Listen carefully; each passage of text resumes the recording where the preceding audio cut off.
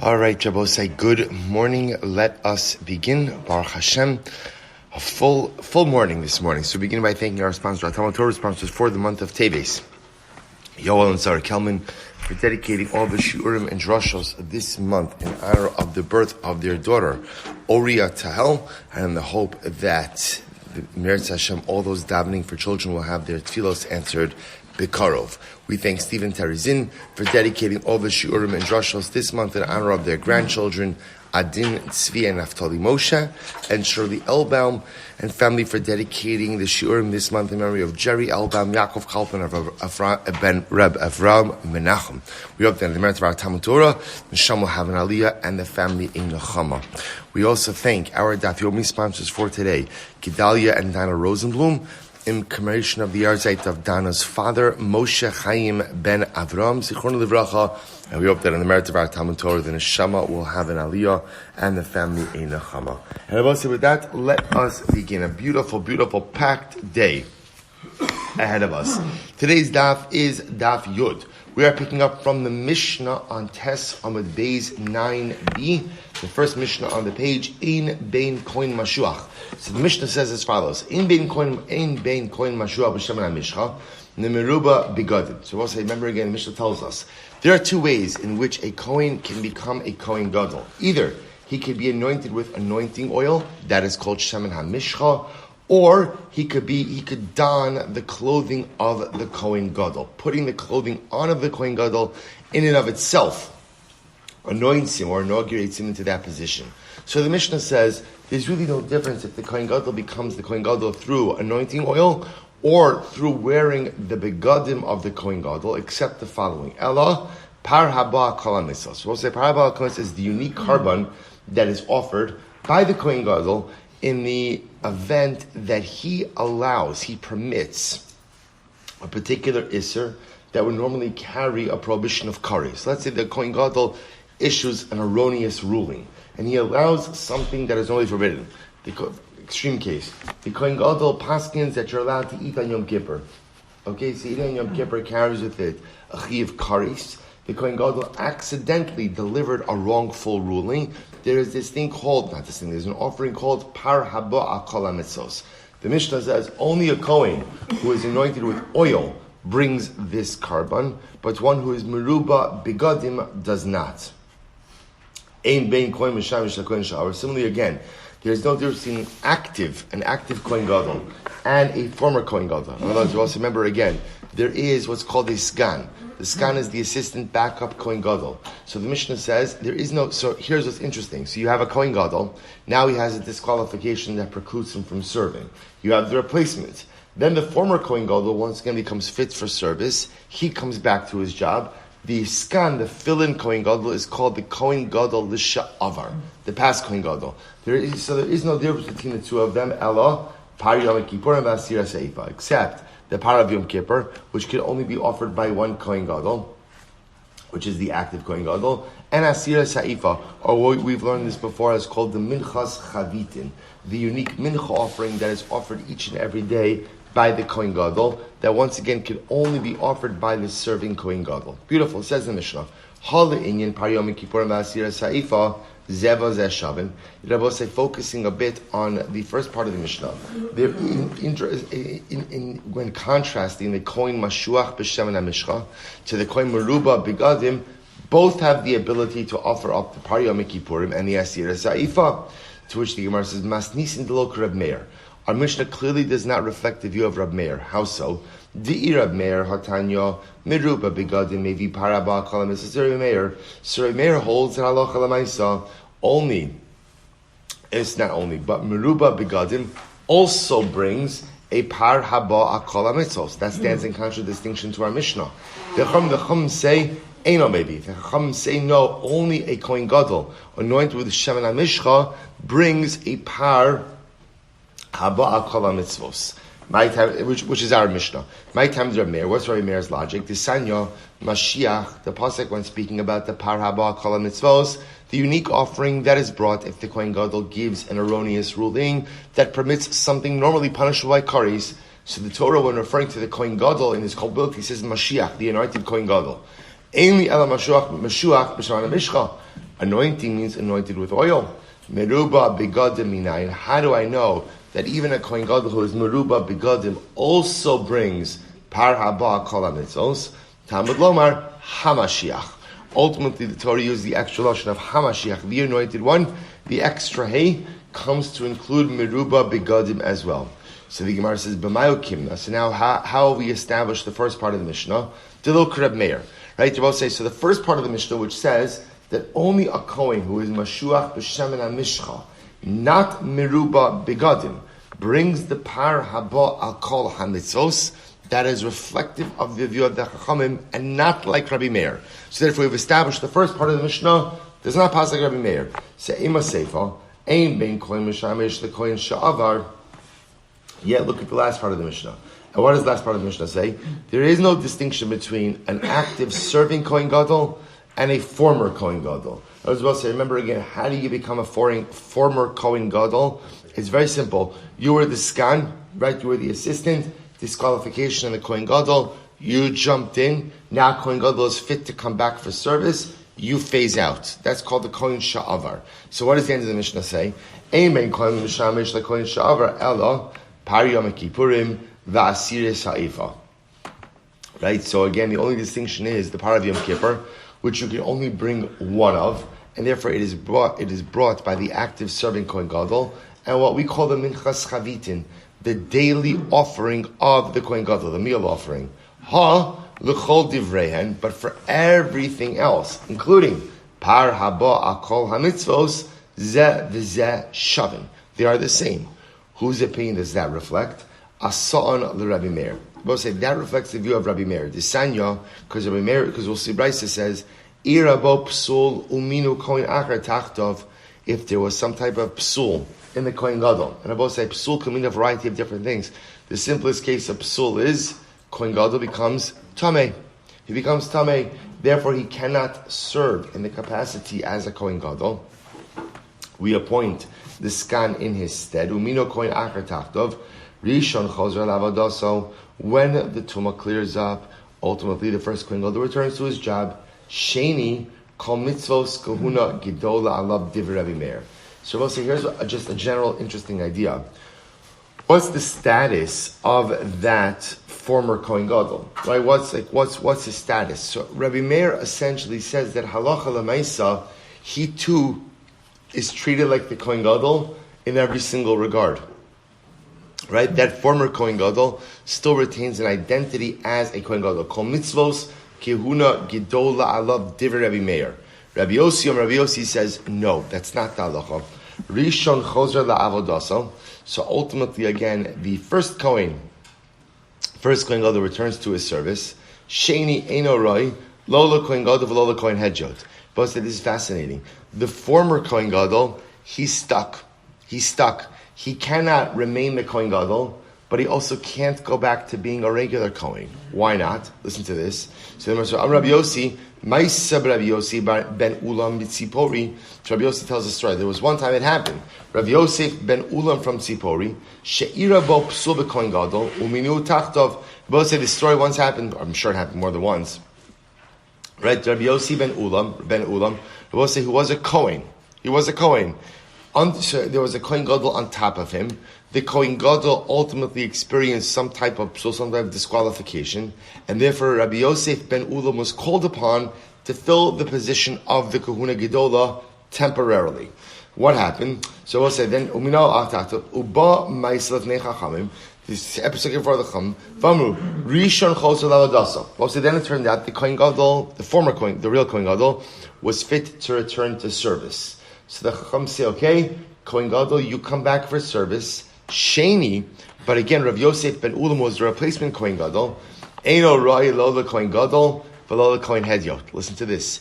He cannot continue to serve as the kohen gadol, but he also cannot return to life as a regular kohen.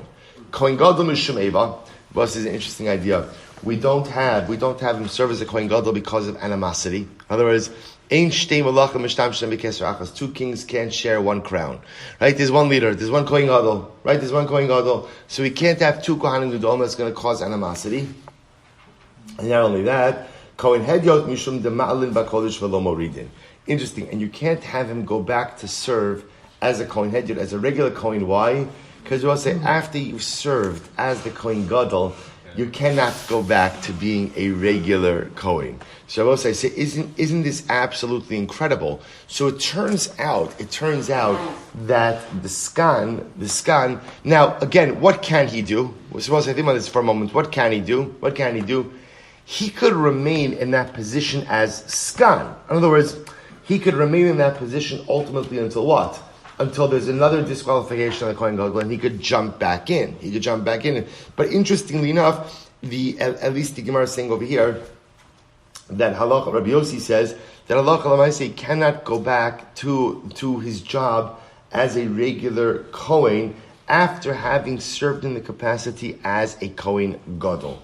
So we'll say, so it turns out effectively, Reish Rabbanan v'Seif Rabbi Meir. So we'll say, it sounds like over here that the first part of the Mishnah reflects the view of the Rabbanan, right? Remember, the first part of the Mishnah was that there is no distinction between a Kohen who is anointed with oil versus one who dons the Kohen Gadol vestments. They're both the Kohen Gadol, with the exception of Par Haba Al Kol HaMitzvos, that unique offering, if the Kohen Gadol offers an erroneous ruling. Only a Kohen anointed with oil offers that offering, but not one Ruba Gadim. So I'll say that reflects the view of the Rabbanan. The Seifa, which seems to indicate that halacha l'maisa, the Kohen Sha'avar, right, kind of remains almost as a quasi Kohen Gadol, that seems to reflect the view of Rabbi Meir. So says the Gemara, what's going on over here? So remember again, in general, we don't like to have a Mishnah reflective of two opinions. We like to have a Mishnah that ultimately is textually harmonious, right? And goes ahead and has one opinion throughout. To which the Gemara says, yeah, I'm Rav Chizdein, Reish Rabbanan v'Seif Rabbi Meir. Yeah, it's possible. The two parts of the Mishnah reflect two different opinions. Rav Yosef Amar, Rebbe he v'nasiv le'aliba detanai. So it goes, ultimately, Rav Yosef says, no, the Mishnah reflects the view of Rebbe Huda Nasi. And sometimes when codifying Mishnayos, Rebbe Huda Hanasi himself picked and chose different opinions and blended them together into one text of a Mishnah.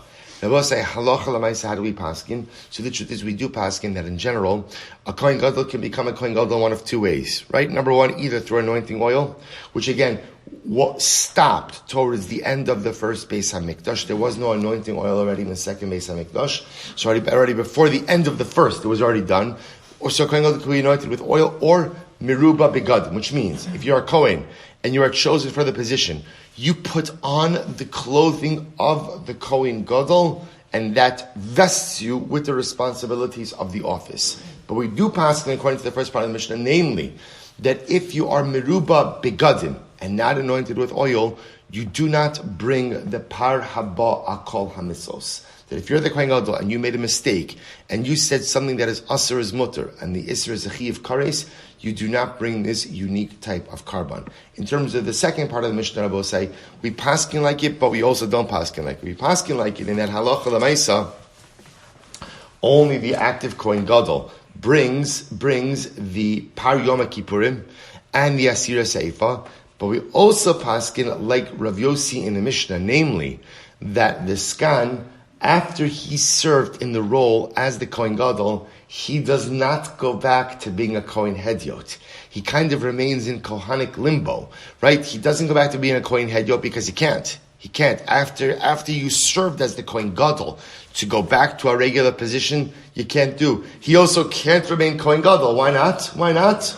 Only one. So interestingly enough, once the Sgan serves in the capacity as the Kohen Gadol, he kind of occupies almost like a more, for lack of a better term, he's kind of like the vice president, right? But a good vice president. In other words, that it's kind of like a ceremonial position, right? In other words, he kind of sits in that position, waiting if something happens to the Kohen Gadol, right? If something does end up happening. Oh, Greg, thank you. I think I forgot that last night by my shir. Thank you. So if something does happen to the Kohen Gadol, ultimately, again, he jumps back in. But Lamaisa, until that point in time, he kind of occupies that position, but is not really involved in Kohanic responsibilities. Quite amazing. Now, I take that back. Remember, we saw in Yuma, not the vice president piece, right? But what I take back is the skan does have other responsibilities in the Beis Hamikdash as well, non-avoda related. Non-avoda related, right? So, but the point over here is from an avoda perspective, the skan isn't doing anything. Good. Says the Mishnah Bosai. Did you miss a line by any chance about we don't go down, Kedusha, we go up? No, I thought I said Malim HaKodesh L'Olam Oridin. I'm sorry. I think if I did, Malim HaKodesh L'Olam Oridin. That ultimately, if I didn't read it, I'll say it again, it's good. It's a good mantra to say in life in general. That ultimately, again, we go up in Kedusha, we don't go down in Kedusha. That's why once the Kohen Hedyot went ahead and served as the Kohen Gadol, he does not go back to a regular position. Good? Excellent. Mishnah. Ein bein Bama Gedola Bama Kitana. Both said there is no distinction between a Bama Gedola Bama Kitana. Bama Gedola is a large communal altar. Bama Kitana is a private communal altar. And I will say, so just to highlight this over here, from a sacrificial perspective, from an altar perspective, there are three different states, right? There is a state of what we'll call the Mishkan, and when we talk about the Mishkan, there was the Mishkan in the Midbar, and there was the Mishkan in Shiloh, right? The Mishkan and the Midbar, Mishkan and Shiloh are considered to be permanent places of worship. And then remember, the Mishkan was in a whole bunch of other places as well. So Rashi, for example, points out over here, for example, in Nov or in Givon, where the Mishkan was situated for shorter periods of time. When the Mishkan was situated in a place for a shorter period of time, the Bama has the status of what's called a Bama Gedola, which means it is a communal offering place. A communal offering place. Right? However, when the Mishkan is not in a permanent place, so then often it's not there. Well, so let's see. So therefore the Mishnah says as follows. In being Bama Gedola, Bama Kitana, in general, there is no distinction between a Bama Gedola, which again is the large centralized altar, but talking about periods of time where there's a Mishkan, but the Mishkan is not in a set place, versus a Bama Kitana, Ella Psachim, except for the offering of a carbon Pesach. Ze'aklal, Kol shehu nidar v'nidav kara bebama, v'chol she'ino lo nidar v'lo nidav ino kara bebama. Here's the rule. Anything on both sides that is a vow, right, a neder or a nedava, a voluntary offering, can be offered up on a Bama Kitana, right, on a private Bama. V'chol she'ino lo nidar v'lo nidav ino kara bebama. And anything that is not a neder or a nedava cannot be offered up on a private Bama. So both sides, so just to give you the idea, when there was a Mishkan, and when there was a Beis Hamikdash, and when the Mishkan was situated, let's say, for example, in Shiloh, 369 years, no private altars. No private altars. Every other time, right, when the Mishkan is moving around, and we'll discuss what happens after the destruction of the Beis Hamikdash, you could have a Bama Kitana, you could have a private altar. So essentially, when the Mishkan is not fixed in a location for a long period of time, you could use private altars. You could use a Bama Kitana. So I will say, so what the Mishnah now is telling me is, what's the difference between sacrificial offering on a Bama Gedola versus a Bama Kitana? To which the answer is very simple. On a Bama Kitana, you can never offer up obligatory offerings. Right? Bama Kitana is good for Nidarim and Nidava. So in your private backyard Bama, you could go ahead and offer up voluntary offerings, but you cannot offer up anything obligatory. Says the Gemara, one second, Pesachim is Sulo. That's it. That's the only difference between a Bama Gedola and a Bama Kitana is carbon Pesach. The Gemara says, no. No. Pesach is an example. I will say, what's unique about Pesach? It's time-bound and it's obligatory. Time-bound and obligatory. So you cannot offer up any time-bound obligatory offerings on a private altar. So Mani Reb Shimoni, who's in this Reb Shimon, Desanya, Reb Shimon Omer, Af tzibur lo hekrivu ela psachim v'chovos shekavo lahem zman. Avachovos she'in kavo lahem zman hacha v'hacha lo karav. So Reb Shimon says, in general, even when the Mishkan was not centralized or was not fixed to a location, and therefore even the altar in the Mishkan has the status of a Bama Gedola, even then, on that altar, they only offered up obligatory offerings with a fixed time. But they didn't even offer up obligatory offerings that didn't have a fixed time on the Bama Gedola. Allah has come all the more so on the Bama Kitana. So we'll say, so just to clarify this, Essentially, it turns out that you have three different types of altars. What do I mean? So number one is paradigmatic altar. What's paradigmatic altar? We'll call it for our purposes Mizbeach. And when is there a Mizbeach? When the Mishkan is fixed in place or in the Beis HaMikdash. So again, we know historically that's three times. Mishkan in the Midbar, in the desert, right? Mishkan in Shiloh, 369 years, and Beis HaMikdash. That's when you have a Mizbeach. What can you do when you have a Mizbeach? What are you allowed to do? Right? You could offer up a Mizbeach. Where else can you offer up? Nowhere else. And what can you offer up on a Mizbeach? What can you offer up on a Mizbeach? Anything you want. Anything, I mean, you understand when I say anything you want. In other words, not anything, right? You can offer up karbanos of any kind. That's stage one. Stage two is what's called when there's a Bama Gedola. What's a Bama Gedola? Bama Gedola is a large centralized altar. When did you have a Bama Gedola? Both say when? So pretty much anytime when there's a Mishkan, but the Mishkan is not fixed in place. Nov, Givon, all the various places that the Mishkan traveled to, that it was only for a couple of years here and there. That's a Bama Gedola.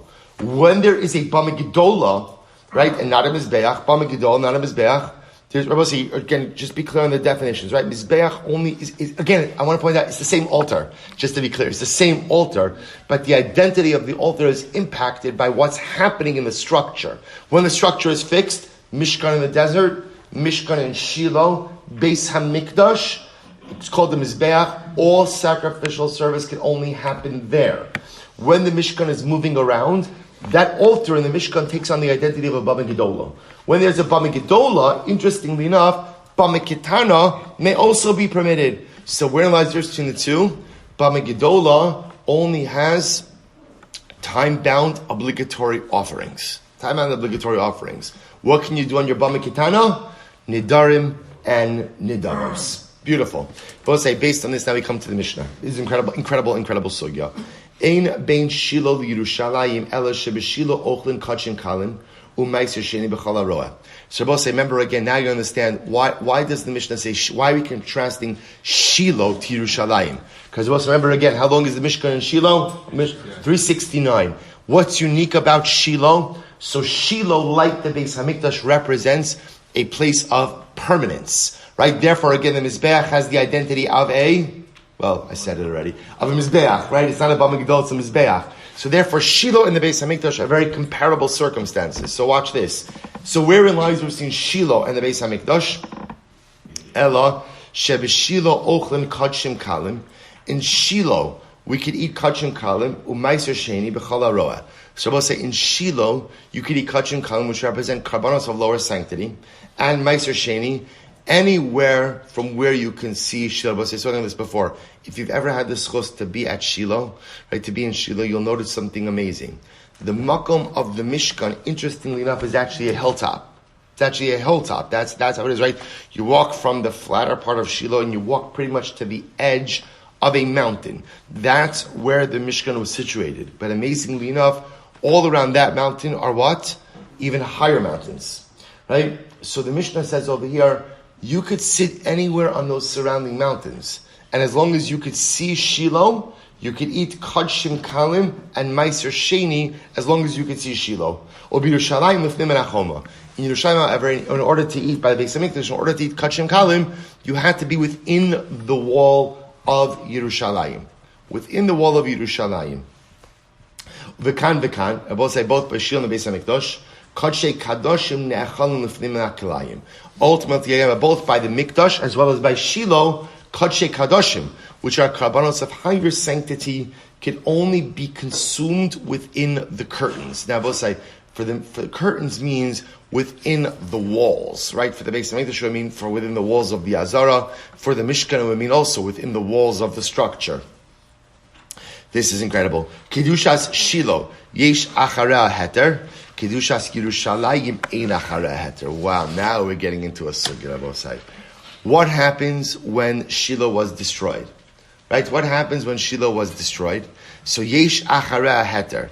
Heter abosai means personal bamos become permitted in the aftermath of Shiloh. Right? So once the Mishkan is no longer situated in Shiloh, once the Mishkan in Shiloh is destroyed, because remember, again, we'll say, the Mishkan, when they settled in Shiloh, they built stone walls along the Mishkan. Remember again, that wasn't the Mishkan of the Midbar. Remember the Mishkan of the Midbar, what was it made of? What was it made of? What were the walls made of? Planks, right? There were planks, right? Planks of wood, interlocking planks into silver sockets and curtains. But the whole thing was a mobile structure. In Shiloh, and you could see, by the way, still today, if you go to Shiloh, you could see the leftover parts of the walls. There were stone walls. When the Mishkan in Shiloh was destroyed, there is a heter bamos afterwards. Klal Yisrael was permitted to once again resume using personal altars. But once the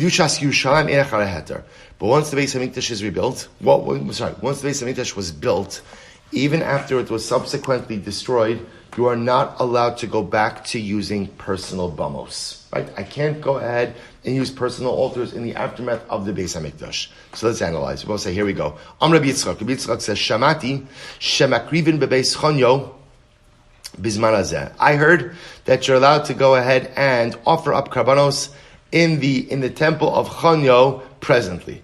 We'll say, what's the temple of Chanyo? Take a look at Rashi. Beis Chanyo, Mizbeach Chanyo benosho Shimon HaTzadik, Bana Bam Mitzrayim Shem Shemai. We'll say, listen to this. This is a wild story, Mesechus Menachos. The Gemara discusses Shimon HaTzadik. There's actually two versions of the story. Shimon HaTzadik, this is great. Shimon HaTzadik. Mishiyarei Knesset Gadol. Anshe Knesset, right? The last member of the Anshe Knesset Gadol who was the Kohen Gadol. He appointed his son Chanyo as Kohen Gadol. Right? He appointed him as Kohen Gadol. Shimon HaTzadik had an older son who got very jealous of his brother and essentially set him up. The story is an interesting one, but not for today. He set Chanyo up. Right? As a result, ultimately of the setup, Chanyo had to flee. He fled to Alexandria, and it is there that he went ahead and he set up a temple. Now, I will say, there's a machlokes. Did he set up a temple for Avodah Zarah, or did he set up a temple for Avodas Hashem? Now, what we know is that he's offering up karbanos over there. So if it was a house for Avodah Zarah, okay, it makes a lot of sense. How could you say that he's offering up a house of HaKadosh Baruch Hu if he's offering up karbanos in Alexandria? The simple answer is he wasn't offering up karbanos for Jews. He was offering up karbanos for Gentiles, which technically can be done outside of the Beis Hamikdash as well. In any event, you're going to see why this is important. Rabbi Yitzchak says, I heard that even today, they offer up karbanos in the temple of Chanyo. So this is two things. Kasavar, Beis Chanyo, Lav Beis Avodah Zarah. So first of all, number one, it tells us that in the house of Chanyo, right, was not a house of idolatry, right? It wasn't an idolatrous temple. And furthermore, Kasavar, Kedusha Rishona Kidsha L'Shaita, V'lo Kidsha L'Asid Lavo. Wow. We'll say, now we come to a dramatic phrase. The concept is as follows. Do we say that the Kedusha of the Beis HaMikdash is eternal or not? Now, both say, if you say it's eternal, that means the makom, the place, the harabayis, has eternal Kedusha. Now, what that means is two things. Number one, it means you can't offer karbanos anywhere else, even in the absence of the Beis HaMikdash. You're going to see, by the way, but you know what else it does mean? If the Kedusha of the Makkah HaMikdash is eternally sanctified, then what? You can offer karbanos there, even in the absence of the mikdash. We'll see that in the Rambam in just a little bit. In any event, the point that Rabbi Yitzchak is saying over here, I heard that today they're offering karbanos in the temple of Chanyo in Alexandria. So number one, it tells me that temple was not an idolatrous temple. And number two, it tells me that the Kedusha of the Beis HaMikdash is not eternal. It only exists when the Beis HaMikdash stands. But once the Beis HaMikdash was destroyed, there's no longer Kedushas HaMikdash, which means what Rabbi say? You could build a Bama Kitana. And where can you build a Bama Kitana personal altar? Where can you build it? Anywhere you want. Anywhere you want. So the Gemara says, Dichsiv kilabasem ad ata ala menucha ve'ala nachala. The pasuk says not, the Gemara is quoting, you have not come to the menucha and the nachala. Kilabasem, right? The pasuk in Devarim. So the Gemara says, menucha zu Shiloh. Menucha refers to Shiloh. Nachala zu Yerushalayim. And what do you see? Makish nachala lemenucha. The Torah compares the mikdash to Shiloh. Ma menucha yesh achara heter. Just like after Shiloh was destroyed, you were permitted to go and utilize a Bama Ketana personal altar. Af nachala yesh achara heter. So too, in the aftermath of the destruction of the Beis HaMikdash, there is also once again a heter to go ahead and use a Bama Ketana. Rabbi say this becomes known as the concept of Kiddusha Rishona, Kidsha L'Shaita, Velo Kidsha L'Asid Lavo. The Kiddusha of the first Beis HaMikdash was only sanctified, was only present as long as the Beis HaMikdash stood, but once it was destroyed, the Kiddusha of Harabayis is no longer there. Which means now you could build a Bama wherever you want. Amrulei. So they said to Rav Yosef, 1 second. Or Rabbi Yitzchak, I should say, I'm sorry. Said to Rabbi Yitzchak, Amrulei, Amrit, did you say this? Right? They said, Rabbi Yitzchak, did you really say this? Amr lahu lo. No, I didn't say that. Amr Rava, Helokim, Amra, Vigamrina Leminei. Rabbi Yitzchak, what are you talking about? You said it and I learned it from you. What are you talking about? Why are you backtracking it now? Umay Tamakahad Rabbi Yitzchak, why are you walking it back? So the Gemara said, Mishum Kashid Rav Mari. Because ultimately, again, Rav Mari posed the contradiction or question. What did Rav Mari say? The most of Rav Mari said, Kiddushas Shiloh, Yesh Achara Heter. The Kiddush of Shiloh, right, is permitted afterwards, which Rabbosai means, after Shiloh is destroyed, right, the Kiddush is no longer there, and therefore personal bamos become permitted. Kiddushas Yerushalayim Ein Achara Heter. However, once the Harabayis was sanctified by the building of the first Beis HaMikdash, that Kiddusha is residual, and therefore, again, the Kiddusha remains even if the structure is not there, and therefore, halacha l'maaseh, you cannot build private bamos in the aftermath of the destruction of the Beis HaMikdash. Va'od, tonight, furthermore, we learned, Mishabo l'Yerushalayim nesra bamos. Once the Beis HaMikdash was built, bamos, personal altars, became prohibited. V'lo hayya lahem od heter. And ultimately, again, it never again becomes permitted. Right? Once the Beis HaMikdash is built, bamos, personal altars, become prohibited forever. Forever. Vihi haisa lenachalo. So the Gemara says, so what do you see from here? Tanaihi. Ultimately, it's a machlokes tanaim. Shabbos say this becomes a raging debate. And the debate is, Kiddusha, do we say Kiddusha, Rishon Kiddusha Shniya? Do we say Kidsha L'Shaita or Kidsha L'Asid Lavo? How do we look at the Kiddusha of the Beis HaMikdash? Is the Kiddusha of the Beis HaMikdash only present when the temple stands? Or do we say, no, the Makom, the Harabayis is Kadosh, and that Kiddusha remains for all eternity? And I both say, there are 3 ramifications. Ramification number 1 is, can you go up to the site? Right, which the Gemara is not discussing, but we understand it. Right. Ramification number 2 is, can you build personal altars? And ramification number 3 is, are you allowed to offer up korbanos on the site of the Harabayis in the absence of the Beis HaMikdash? So we'll say, here we go. So the Gemara says, in reality, it's a machlokes tanoim. Here we go. The Sanya, Rabbi Eliezer says, Shamati kishayubonin heichal. This is fascinating. I heard that when they were building, this is the second Beis HaMikdash. When they were building the second Beis HaMikdash, osin kilayim laheichal, or kilayim lazara. They made curtains for the heichal and curtains for the walls of the Azar. In other words, also what they did was when they were building the second Beis HaMikdash and they were building the walls, they first put up curtains where the walls were going to be constructed. So remember again, there are 2 sets of walls you have to build. There are outer walls, what we'll call the walls of the Azar, the walls of the courtyard, and then there are the walls of the Heichal. Right? Remember again, we'll say, what does the Heichal refer to? The Heichal refers to the structure, which was made up of 2 parts, really the Ulam and the Heichal. Right? The Ulam was like a rectangular entryway, and then there was the Heichal, which was a larger rectangle. In the Heichal, you have again the Mizbeach HaKetoras, the menorah, they call the shakadoshim. So Rabbi Eliezer says like this: when they were building the heichal, they made curtains which showed where the walls were going to go. Ella shebeheichal bonim mibachutz. Interesting for the walls of the heichal, the artisans built it standing on the outside. In other words, so they built the walls standing by where the exterior of the walls would be. Uba'azara ponin mibifnim. But from the Azar, from the courtyard walls, they built it from inside the courtyard. So we'll say, interestingly enough, why did they build the Heichal walls standing on the outside? So that they wouldn't stand in the area that was actually the Heichal. What do you see from there? That the Makom preserves its Kiddusha even in the absence of a structure. Remember again, there's no structure.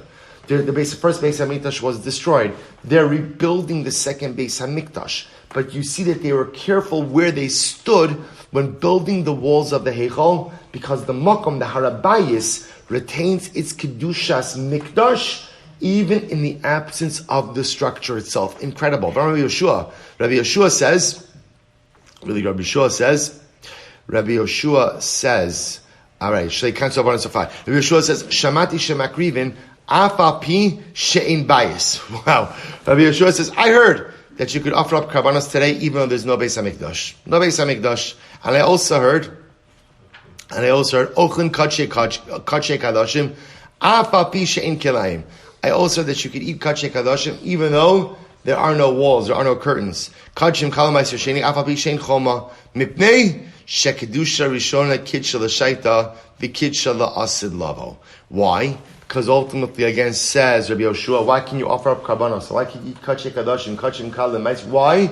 Because the original kedusha of the mikdash remains intact. So Rabbi said, it is incredible. So it turns out that according to Rabbi Yoshua, halacha l'maisa, the original kedusha rishona, when Shlomo Melech built the first Beis Hamikdash, that endowed the spot with an irrevocable kedusha. And that kedusha remains even if the structure of the Beis Hamikdash is destroyed. And therefore Rabbi Yitzchak says, Harabayis still has kedushas Hamikdash. And because of that, you could offer up karbanos there if you want. You could eat karbanos there if you want. Now, perhaps you have to know exactly where you're eating it or where you're offering it. But lamaisa, you could offer it on the spot. Now, I will say, here's what's interesting. The way this price is set up, it's making it sound like there's a machlokis Rabbi Eliezer and Rabbi Yitzchak, to which the Gemara says Michlal. Rabbi Eliezer savar lo kidsha lo asid lavo. So it sounds like Rabbi Eliezer is saying that the kedusha is not eternal. Amli Ravina Ravashi. No, we might dilma dukuli alma. So we'll say it doesn't sound right, because remember again, Rabbi Eliezer himself is saying that when they were building the second Beis Hamikdash, where did the craftsmen stand when they were building the walls of the Heichal? Where did they stand? Outside of the walls, which also makes it sound like what? The kedusha is there even without the structure. To which the Gemara says, you're right. Amir of Ravina l'Ravashi mimai dilma dekoli amo kedusha rishona kitshel shaita v'kitshel lasid lavo. Right? Rabbi say it's possible that maybe the halacha is everyone agrees that as soon as we built the first Beis Hamikdash, that endowed the Harabayis with an irrevocable holiness. That kedusha stems eternal, even in the absence of an actual structure. Umar may dishmiya leka amar. Umar may dishmiya leka amar. So we'll say, interestingly enough, Rabbi Yitzchak, I should say Rabbi Yoshua and Rabbi Eliezer are not arguing. Rather, we'll say, what's happening over here? They're just both saying what they heard. In other words, the Brisa is recording two statements. You will say, as Jews, we are conditioned to think that when two people are talking, what are they doing? They're arguing, right? Sometimes they're not arguing. Sometimes they're both just relaying what they heard. So it could very well be that neither Rabbi Eliezer nor Rabbi Yoshua are arguing. They're both relaying what they heard, and they both happen to be saying the same thing, which is what? Kedusha Rishona Kidsha L'Shaita V'Kidsha L'Asad Lavo. To which the Gemara says, V'chitema Kilayim Rabbi Eliezer Lamali. If that's the case, according to Eliezer, listen to this. Why do they have to put up the curtains, right? Why was that necessary? Just wait until the walls are up. To which the Gemara says, "Litzniusa ba'alma," for tznius. In other words, saying part of the idea in the Beis Hamikdash. Why do you need the Beis Hamikdash at all? Just do service out in the open. There's a concept of tznius. There's a concept of modesty when it comes to religious service. So because of that, before the walls were constructed, the curtains provided for that sense of modesty in spiritual service, which was an incredible yesod, that a person is supposed to be modest in their spiritual endeavors, right? Tznius is not just about clothing. Tznius, more importantly, is about behavior, right? How I conduct myself. So even in the realm of spiritual behavior, a person should be modest in their spiritual activities. Elo, kihani tanoi. Rabbi Gemara says, no. It is machlokes. So it's possible that both Rabbi Eliezer and Rabbi Yeshua both agree that kedusha rishona kitch l'shaita v'kitch l'asad lavo, right, as evidenced by their statements. But this is a machlokes tanam. I'll tell you, I know this. Tisanya, Am Rabbi Yeshua, Rabbi Yosi, Lama anu chacham mes'elu. So listen to this. Why did the Chachamim go ahead? And we're switching gears for just a moment. Bate Arechoma. We know that homes in a walled city are governed by a totally different set of real estate laws. Normally, what's the halacha? Normally, if you sell real estate, there's a whole process for how you could go back and buy back or redeem that real estate. And even if you don't buy it back or redeem it, what happens during Yovel? What happens during Yovel? It comes back to you. Right? Home sales in walled cities are different. The way it works in walled cities is that halacha l'maaseh, if you sell a piece of property in a walled city, you have 1 year to redeem it. If you redeem it, fantastic. If not, you lose it forever. So the Gemara says as follows. Listen to this. Kisha'alu b'nei Agola, when the Jews came back with Ezra. So remember again, this is the group that's coming back to build the second Beis HaMikdash. Umatzu es elu, they found these walled cities, v'kidshum, and they sanctified them. Aval rishonos, batlu mishabat la'aretz. But the other cities lost their designation as walled cities, ultimately, again, when the Beis HaMikdash was destroyed. Okay, so the Gemara says, and what happens? Alma kasavar kiddush rishon kiddush l'shayta v'lo kiddush l'sid lavo. What do you see here? I will say, now it's interesting. We're linking the sanctification of the walled cities ultimately to the Beis HaMikdash. What you see from this brayse is when the Beis HaMikdash was destroyed, kind of all kiddusha left. All kiddusha left. When this group comes back with Ezra, they begin to re-sanctify walled cities. And I will say, by the way, remember, as we're seeing, because we're learning Maseches Megillah, the ramification of a walled city is not just for real estate purchases. It has other issues as well, namely Mikra Megillah. When they came back, they rededicated or they re-sanctified these walled cities. So what do you see from here? You see from here that when the Beis HaMikdash was destroyed, all the associated sanctity ceased. Says the Gemara, I'm Rabbi Shmuel Rabbi Yossi, v'chi elu bilvad. I'll tell you 1 second. What I will say now, the pasuk counts, interestingly enough, the pasuk counts 9 cities, right, that they sanctified. So the Gemara says, were there only 9 cities? So the Gemara says, v'chi elu bilvad v'alo kvar ne'amar, shishim ir kol chavel argov. There were 60 cities. Oksiv, kol eila arim b'tzuros choma gavoa. Why did the Chachamim only mention these particular few cities that they re-sanctified? Because when the Bnei Agola came back, they found these cities and they consecrated them. Kidshum, what does it mean they consecrated them? Amud Beis, Hashda ha'amri. So the Gemara says, but Hashda amri lo tzricha likidushe ela matza es elu uminnaum. I will say, so you're right. It doesn't have to mean that they found, when it says kitchum, that they sanctified it. It just means that they re-identified the cities. It doesn't have to mean that they actually reconsecrated anything. Rather, it means ultimately, again, they re-identified. V'lo elu bilvad ela kol shetala lecha masoros biyadecha me'avosecha shemukefes chomos Yeshua benun kol hamitzos halalu noagin ba. So I will say, what it means is like this. When they came back, when these Jews came back with Ezra, they had the task of re-identifying walled cities, right? They had this task. They weren't sanctifying anything because the sanctification remained. How did another sanctification remained? Because any city that had a wall from the time of Yoshua ben Nun ultimately is considered to be a walled city. Mipnei, Shekidusha, Rishona, Kidsha, L'Shaita, V'Kidsha, La'asid Labo. So I will say, once again, what we're seeing is, when they came back with Ezra, there was no need to reconsecrate or rededicate anything. Why?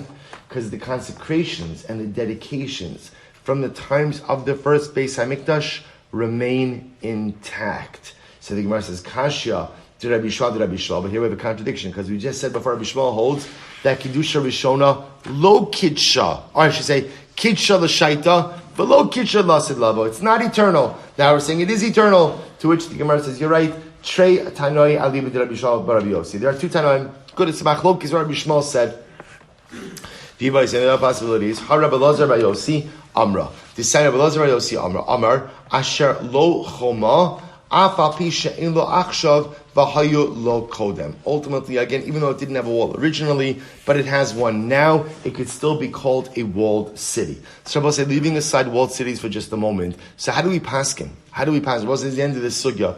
And this, by the way, I want to point out, this sugya comes up a number of different times in Shas about Kiddusha Rishona, Kiddush L'Shaita, the Kiddush L'Asid Lavo, or not. Do we say that the Kiddusha established by the first Beis HaMikdash is eternal, or no, it only existed again as long as the Beis Hamikdash was there. So we'll say, what that three ramifications. Number one, when the Beis Hamikdash is destroyed. By the way, the same machlokas applies to the second Beis Hamikdash as well. Obviously, if you hold that the sanctity of the first Mikdash is eternal, of course that goes into the second Beis Hamikdash and even goes past that. So remember, if you hold the sanctity of the Mikdash is eternal, what that means is, even if the structure does not stand, even once Beis Hamikdash is destroyed, you cannot build personal bamos, right? Because you can't offer up karbanos anywhere other than Makom HaMikdash. But it would open the possibility of offering up karbanos on the Har HaBayis, even in the absence of the Beis Hamikdash. So how does the Rambam paskin? So the Rambam says, first of all, two Rambams I'll bring to your attention. The Rambam says, this is in Hilchos Beis HaBechira, Perek Aleph Halacha Gimel, Kevan Shenivna HaMikdash B'Yushalayim Nesru Kol HaMakomos Livnos B'An Bayis Hashem L'Akriba and Karban. So I'll say, ultimately, the first thing the Rambam paskins is, once the Beis HaMikdash is built, all bamos become aser forever. Which tells you that how does the Rambam paskin? Kiddusha Rishona Kidsha L'Shaita V'Kidsha La'asid Lavo. The Kedusha of the Har HaBayis is eternal, and once the Beis HaMikdash is built, bamos become aser forever. And therefore the Rambam says, Rabbi said, this is incredible. Therefore the Rambam says in Hilchos Beis HaBechira, Perek Vav Halacha Tesvav, listen to this. Lefichach, Makrivin HaKarbanos Kulan, Afa Pi She'ein Sham Bayis Banui. Therefore the Rambam says, Halacha L'maisa, you could offer up karbanos on Har HaBayis today. There is no reason we can't offer up karbanos on the Har HaBayis today. In other words, ignoring geopolitical concerns, right? But halacha l'maisa, Rambam paskins, you could offer up karbanos on the Har HaBayis today, because you could offer up karbanos in the absence of the Beis Hamikdash. The makom, right? The Har HaBayis itself is vested with Kedushas HaMikdash, with Beis HaMikdash sanctity, and therefore you could offer up karbanos today. So you could eat Kachei Kadoshim, you could eat Kachim Kalim, Meiser Sheni. Why? He says, Shakidusha Rishona, Kidsha L'Shaita, V'Kidsha La'asid Lavo. So I will say, this is the psak of the Rambam. Kiddusha Rishona, the original sanctity of the first Beis HaMikdash, is eternal and applies to this very day. Therefore, according to the Rambam, bamos are aser forever. You can never build another personal bama. You could offer up karbanos, ultimately again on the Har HaBayis. And if Rabbi said, therefore, if one does go up on the Har HaBayis, one has to be very careful about where they go. Where they go. I had the incredible schus to go up on Har HaBayis. Not this last trip, but my previous trip to Teri Czinn. It's an awesome and incredible and overwhelming experience. But again, one has to go ahead and, of course, go to the mikvah. And even then, you're not allowed to walk on the areas that are that were the actual mikdash, right? You could only walk, because remember, even if you go to the mikvah, that's very nice. What are you still missing? Paraduma, right? So remember again, I can go to the mikvah that works for certain levels of tumah, but does not work for tumas meis. So I'm still a tummy tumas meis. Walking into the mikdash in a state of tumas meis is a chiyuv misa. So at most you could only walk around the perimeter of what was you can't walk in to what is the actual azara, what is the actual makom hamikdash.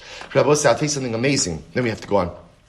Based on this Rambam, there are many of the briskers who were makbid to leave Yerushalayim for Pesach. They would not spend Pesach in Yerushalayim. Why not? Because also, according to the Rambam, technically speaking, if you're in Yerushalayim for Pesach, what's the halacha? You might have a chiyuv karban Pesach. It's wild, even without the Beis Hamikdash. So I will say it's not a normally held shita, because most understand that Rambam is saying you could offer up karbanos, not saying what. You're obligated. The obligation to bring karbanos is only when there is a Beis Hamikdash. The license to bring karbanos is even if there is no Beis Hamikdash. But again, some of the briskers were makbid like this, that they would dafka leave Yerushalayim before Erev Pesach, before the 14th, because they felt that if they were in Yerushalayim on the 14th of Nisan, they would generate an obligation to bring the Korban Pesach, and of course, they were not able to honor that obligation. So incredible.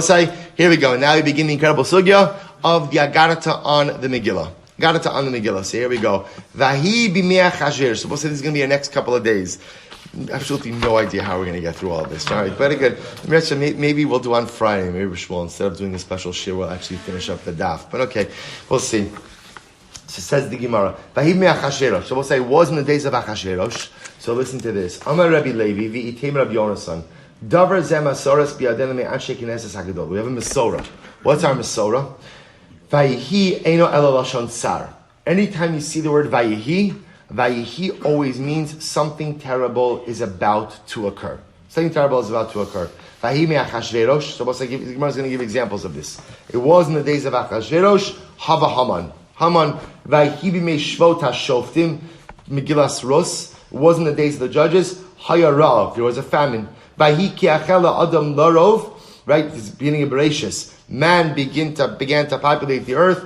Vayar Hashem ki rabba ra'asa adam. Man saw, Chash Baruch Hu saw how evil man was. Vahi binasam mikadem. They journeyed east. Hava nivna lanu ir. The Dor Haflaga. Right, the generation that built the tower. Vahi me Amrafel. It was in the days of Amrafel. It was the war of the 4 kings against the 5. Asl Muhammad. There was war. Vahi biyos Yoshua biyericho. As we just had this a couple of days ago, Yoshua was in Yericho. That's when the Malach confronted him and said, "You are mevatel the Talmud, right? The Talmud and Talmud Torah. V'charba shalufo biyado. Vahi Hashem es Yoshua. Right? Hashem was with Yoshua. Vayimalu b'nei Yisrael. That was when they took the spoils of Yericho. Achan took the spoils of Yericho, which was Aser. Vahi ish echad min Ramasayim. There was a man from Ramasayim. Both said, "This is Elkanah, the father of Shmuel. Ki eschana ahev Hashem segal shachma." Chana was barren. So we'll say, so again, you see the theme. Shmuel got old. His sons did not follow in his ways. David was successful. Shaul despised David. David sat in his home. So you can't build the Beis HaMikdash. So we'll say the point over here is every single time you see the word Vayihi, what do you see? Something bad is happening afterwards. That's the Masorah. Wherever you see Vayihi, that's a foreshadow for something bad. So the Gemara says, 1 second, is that true? Right? It was on the 8th day of the inauguration of the Mishkan. V'tanya osa yom haisa simchat ne'achadish baruch hu ki yom shenivru bo shamayim va'aretz. Right? On the day that the Mishkan was inaugurated, right, there was such a simcha that had not been seen since the time of creation. After all, ksiv vahi bayam hashmini uksiv hasam vayerev vayivoker yom echad. So we'll say, the Gemara says, yeah, there was simcha, but what? Hashacham nadav and avihu. Remember, again, it's true, there was incredible simcha on that day, but there was also the catastrophic, the tragic death of Nadav and Avihu. V'aksiv vahi b'shmonim v'arba me'os shana. Right, it says it was right. Vaksiv vayi kasher ra Yaakov Israel. Vaksiv vayere vayivoker yom echad vayika sheni vayika shlishi vayika tuba. To which the Gemara then lists off a series of examples of where vayi is good. Right, vayi is good. Both say the best example. Brishis vayere vayivoker yom echad vayere vayivoker yom rishon vayere vayivoker yom sheni. Right, you see, vayi is great. All 7 days, right, 6 days. Right, vayi is great. So I'll say you're right. You're right. Amravashi, kol vayehi ikahachi v'ikahachi. The truth is, vayehi goes both ways. Sometimes vayehi could foreshadow something terrible. Sometimes it could foreshadow something beautiful. Vayehi bimei eino elo loshon tsar. I will say, whenever you see vayehi bimei always foreshadows something terrible. Something terrible. And he gives 5 examples. Chamisha vayhi bimei abu. I'll give you 5 examples of vayhi bimei. Vayhi bimei Achashverosh. Vayhi, right, we'll say again, Haman. Vayhi bimei Shot HaShoftim, famine. Vayhi bimei Amrafel, war. Vayhi bimei Achaz, war. Vayhi bimei Yoyakim, war. Right, so we'll say, so again, you see over here, that Allah Lamaisa, Vayhi, sometimes good, sometimes not so good. Vayhi bimei, always something bad. But I was thinking about this just for a moment, right? Why? Like, why? What's wrong? Just thinking about it on a deeper level. Vayhi bimei, which, if you think about it, sounds like such an innocuous phrase. Such innocuous phrase. Why does Vayhi bimei always foreshadow? Why that formulation? So let's say, if you think about it, we just had this in yesterday's daf. The lashon of Vayhi, or right, Vahayu. Vayhi represents what? Represents what? being rooted in the present, right? B'havyasan Yehu. So Vayhi means being rooted in the present, right? Something is a certain way. Vayhi, so sometimes being rooted in the present could be good and could be not so good, right? It goes either way. Think about this for just a moment, right? Vayhi, sometimes just think about it in one's life. Being rooted in your present could be good because sometimes it allows a person to experience the moment. Being rooted in the present, however, sometimes can be detrimental because a person can't see a greater future in front of them. So the Gemara says, Vayehi, being rooted in the present, sometimes is good, sometimes is not good. Sometimes allows you to maximize the moments of life, maximize the experiences of life, but sometimes also prevents you from seeing that what is now need not be what is in the future. So it goes both ways. But Vayehi Bimei is always terrible. Because we're also on a hashkafic level, what's Vayehi Bimei? Vayehi Bimei is being fundamentally, totally, and wholly rooted in your present to the exclusion of any thought about your future. And that, says the Gemara, is always terrible. What does it mean? There are some people, Rabbi say, who assume totally and wholly that what I am is what I will always be. This is who I am. This is how I behave. This is how I act. This is the nature of my relationships. That's a Vayehi Bimei personality. What is. That's it. This is what my life is, and it will never change. The Gemara says, that is terrible. And it only foreshadows terrible things. To be somewhat rooted in your present, Vayehi, sometimes good, sometimes bad. Being rooted in your present is powerful. It allows you to maximize your circumstances. It allows you to live the moment. Sometimes it's to the exclusion of the future. That's not good. But Vayehi Bimei foreshadows or represents a personality and identity that is totally and wholly anchored in the present, to the exclusion of any thought about the future, to the exclusion of any thoughts of growth, to the exclusion of any thoughts of personalistic evolution, of the ability to become better, to become different, to become more whole, the inability to think about relationships outside of the sphere of what they are right now. The Gemara says that's always terrible. So we know Vayehi on a scriptural sense, and now we understand Vayehi Bimei ultimately again on a personalistic level as well. The Gemara goes weiter. So the Gemara says, Rabbi Levi, Davar Zemasaras Biadenu Me'avosenu, Amotz v'Amatzia Achim Havu. Amotz and Amatzia were brothers. Shabbos say, who were Amotz and Amatzia? So of course we never heard of them. They're in Navi, right? So the Gemara says, so listen to this. Amotz and Amatzia, Rashi's on both sides over here. There's Rashi on the right hand column, about 7 lines up from the bottom. Amotz and Amatzia. Amotz, Avav Shal Yeshaya, right? So Amotz is Yeshaya Hanabi's father, and Amatzia was one of the kings of Yehuda. Right? So Amotz and Amatzia, they were brothers. So we'll say, why does this matter? Listen to this. Ma'ika Mashmalon, Kiadaram Shalom Nachmani, on Rabbi Yonasan. This is incredible. Kol Kala Shitzenua Bebeisa Chameha. Any Kala, any woman who is modest in her father-in-law's home, Zacha V'yotzin Mimena Malachim Unavim, will be privileged to have kings and prophets descend from her. Minalan, from where do we know this? Rabbi said, this is incredible. Mitamar, from the episode with Tamar. What happened with Tamar? D'chsiv Vayira Yehuda Vayachshevel Lezona. Yehuda saw his daughter-in-law. He saw Tamar, and he thought that she was a zona. Right? Vayer Ehal. Yehuda saw and he thought she was a zona. Ki kista paneh, because she covered her face. What does that mean? Mishum de kista paneh v'achshevel Lezona. Because she covered her face, Yehuda thought she was a zona. Ela mishum de kista paneh bebeis chameha v'lo hava yadala. But because she was so modest in her father-in-law's home, amazingly enough, her father-in-law didn't even fully recognize her. V'yatza mimena malachim unavim. And therefore, again, there's this crazy story where she dresses up as a harlot. She becomes pregnant by Yehuda. And remember again, she is privileged to have descent from her kings and prophets. Malachim midavid. So how does so remember again, Tamar is the mother of kings. Because remember, Shevet Yehuda, she is the Alter Baba, right? She's the great-great-grandmother of David HaMelech. So that's kings. And furthermore, again, remember, Rabbi Levi, Masoras Biadil Me'avasinu, Amos Yamatzi brothers. Now remember again, Amos is a king. We just said before, Amos' brother is who? Amatzia. Amatzia was the father of who?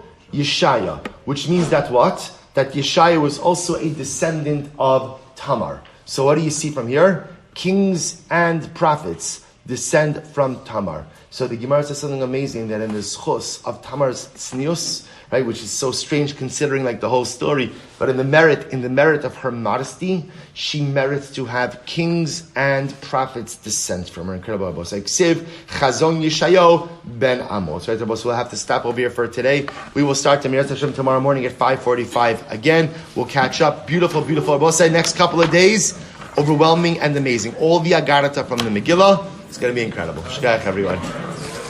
I'm going to talk fast. I'm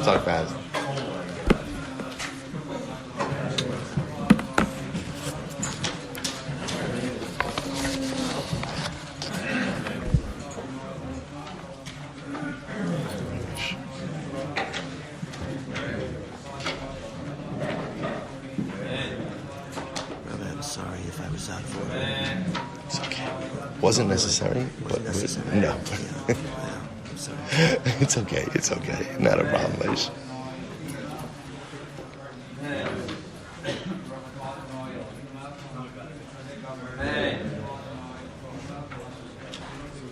Amen.